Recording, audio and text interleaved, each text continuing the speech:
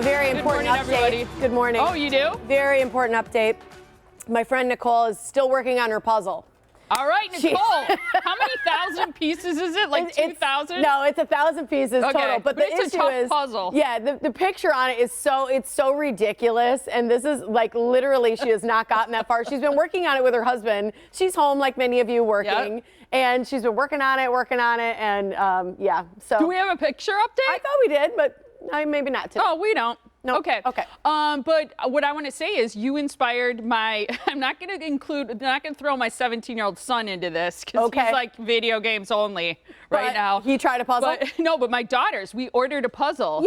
Yeah. Because they were so excited about seeing that puzzle Yes. and your friend doing that. They're like, hey, we should be doing a puzzle. And I'm like, anything that keeps them off their screens. Right. People are like, yes, I'm into that. Very cool. So, I like it. Something else that is cool, but this is on a screen that's interesting, is that museums, the most famous museums around the world, the Van Gogh, the Louvre, all these museums are doing virtual tours for 2 days more only.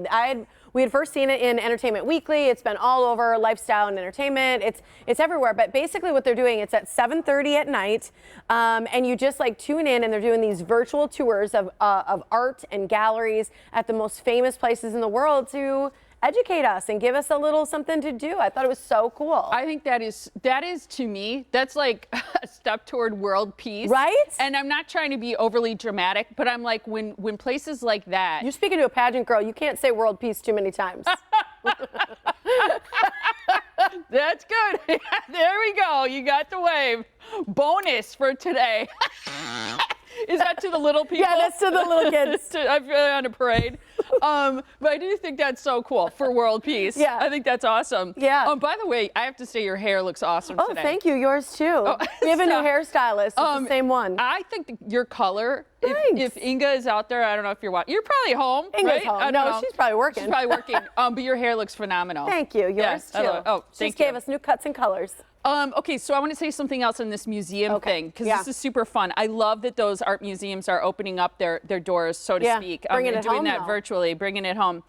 So a teacher friend of mine posted on Facebook. I absolutely love this, and she posted to all of her teacher friends all over the United States. So here's this artwork from a friend of hers, a fellow teacher named Sarah. Posted her kids, or I shouldn't say posted, put up her kids' artwork. Look at this. Julie Riedel is the teacher I'm talking about. Her son Charlie did this piece right there, and she hung it so that people could see it outside of her house, walking by in nature. So cool. A safe distance. And this is from a friend of hers, Allison. She said, it's happening in Phoenix. Yeah. So she put that art up. And what she's encouraging people to do is draw or paint a picture, put it in your house or store window. Then when people are out for a walk, they can enjoy. Adults can do this too. Yeah. And what a fun thing. My sister-in-law did it with the shamrocks, because we suggested the virtual shamrock hunt. Put up shamrocks, little kids can walk by and count how many they see. Yeah. It's sort of like a gallery in the neighborhood. And I just think it's the coolest idea. And she said, my hope is to have artwork in all neighborhoods so people can go on gallery walks in an outdoor museum. Let's make it a beautiful day. She's awesome. She wants to keep the kids busy, which we all do. And this is a way to do that, right? Be like, listen, we're making a gallery for the community. You're required to make an art piece. Yeah, exactly. But it's so, I think the way people are responding and reaching out is touching people's hearts. It is. And sharing your talents. I mean, one of the things I've said is, like, truthfully, I've gotten a little bored scrolling on social media. I've done it now for quite a bit, and so I want to like get back to doing some hobbies. And I've thought about that. I'm like, I got to start painting again. And so I'm like, people are doing these things, rediscovering talents that they've kind of put on the back burner because they just don't have time. And then they're sharing them with everyone, I feel like with you saying that, I should sing. I should, because I have such a great voice. It's like that Saturday Night Live skit with Kristen Wiig where she's like, don't make me sing. Oh, I got lightheaded. I just laughed so hard. Oh my gosh. Oh, for those of you at home who have not experienced the honk before, oh my gosh, that's the Molly honk. Oh my gosh. I'm glad that at this amount of distance I could still make you do it. Don't make me sing. I gotta use that. I'm the most tone deaf person that I know, and to think that I would sing for people and post or sing from my rooftop? If you want, here's what I'm gonna start. I'm gonna start like a GoFundMe that will donate to some like children's art group or something like First Stage or somewhere in town to make Molly sing. Yes, that's a great idea. We're gonna get so much money. Stream it. We'll live I'll stream donate it. the first 20.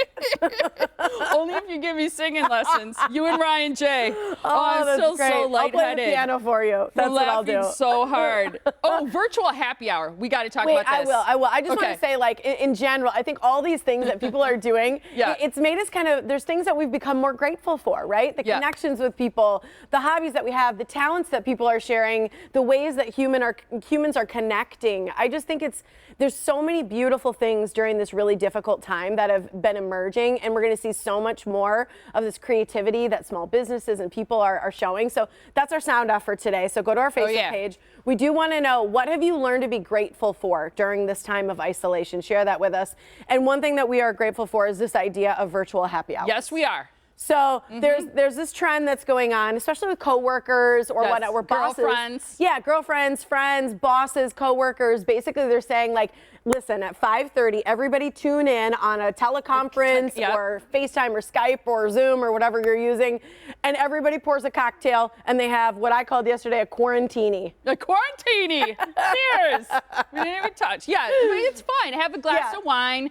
Chat with your girlfriends, have a a virtual visit. Yes. But have the opportunity to connect with people. Yeah, and the whole point is, like, listen, there's people on the front lines who are not having fun. There's people who are sick who are not having fun.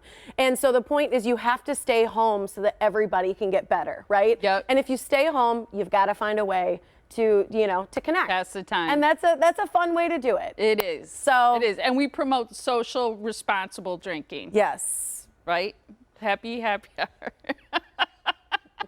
All right, virtual teeny. Quarantini. Oh, quarantini. Sorry. There we go. Quarantini. All right.